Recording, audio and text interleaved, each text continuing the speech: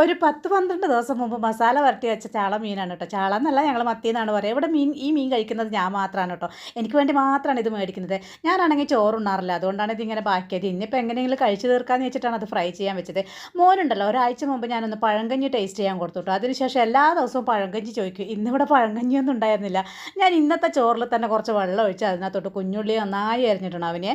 പിന്നെ നമ്മുടെ കാന്താരി മുളക് ഉപ്പിലിട്ടതും അതിൻ്റെ വെള്ളം ഭയങ്കര ടേസ്റ്റാണ്. അതും ഒഴിച്ച് കൊടുത്തു. കാന്താരി മുളക് ഒരു 5-6 എടുത്ത് ഞരടി കൊടുത്തു. ഉപ്പ് ചേർത്ത് കൊടുത്തു. പിന്നെ നല്ല കട്ടിയുള്ള തൈരും കൂടെ ചേർത്ത് നന്നായി ഇങ്ങനെ മിക്സ് ചെയ്ത് കൊടുത്താണ്ടല്ലോ അവന് ഭയങ്കര ഇഷ്ടമാണ് കേട്ടോ. പഴങ്കഞ്ഞി ആയാലും ഫ്രഷ് കഞ്ഞി ആയാലും ഞാൻ ഇങ്ങനെ ആക്കി കൊടുക്കാറുണ്ട് കേട്ടോ. അതവന് ഭയങ്കര ഇഷ്ടമാണ്.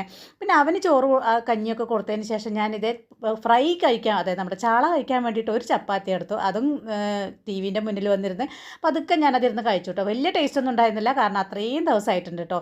ഇനിയിപ്പോൾ ഇതാ നേരെ അവന് വൈകുന്നേരം ട്യൂഷന് പോകാനാകുമ്പോഴേക്കുള്ള എന്തെങ്കിലും ഒരു സ്നാക്സ് ഉണ്ടാക്കി കൊടുക്കണമെന്ന് ഓർത്ത്. ഇനിയിപ്പോൾ നമ്മുടെ സ്വീറ്റ് കോൺ ഉണ്ട് കേട്ടോ. അത് നമ്മൾ ചീസും മല്ലിയിലൊക്കെ ഇട്ടിട്ടുള്ള ഒരു മസാല സ്വീറ്റ് കോണാണ്. അത് ഞാൻ എപ്പോഴും ഇടയ്ക്കിടയ്ക്ക് ഉണ്ടാക്കുന്നതാണ്. മുമ്പ് ഇതിൻ്റെ റെസിപ്പി ഇട്ടിട്ടുണ്ട് കേട്ടോ. അപ്പോൾ അതൊക്കെ ഉണ്ടാക്കി അവന് ചായയൊക്കെ ഉണ്ടാക്കി കൊടുത്തു. 4 മണിയാകുമ്പോൾ അവന് പോകണം. അപ്പോൾ അവന് ഇത് ചായയും നമ്മുടെ മസാല സ്വീറ്റ് കോണും കൊടുത്തു. പിന്നെ എന്ത് തന്നെ ആയാലും മാരിഗോൾഡ് ബിസ്ക്കറ്റ് മുക്കി കഴിക്കാൻ അവന് വേണം കേട്ടോ. അപ്പോൾ അതും കൂടെ കൊടുത്തിട്ടുണ്ട്. അപ്പോൾ എല്ലാം ഈ ടി വിൻ്റെ മുന്നിൽ തന്നെ കേട്ടോ. അപ്പോൾ അതൊക്കെ കഴിച്ചിട്ട് അവൻ അങ്ങ് പോയി. പിന്നെ ഇനിയിപ്പോൾ കാര്യമായിട്ട് പരിപാടിയൊന്നുമില്ല.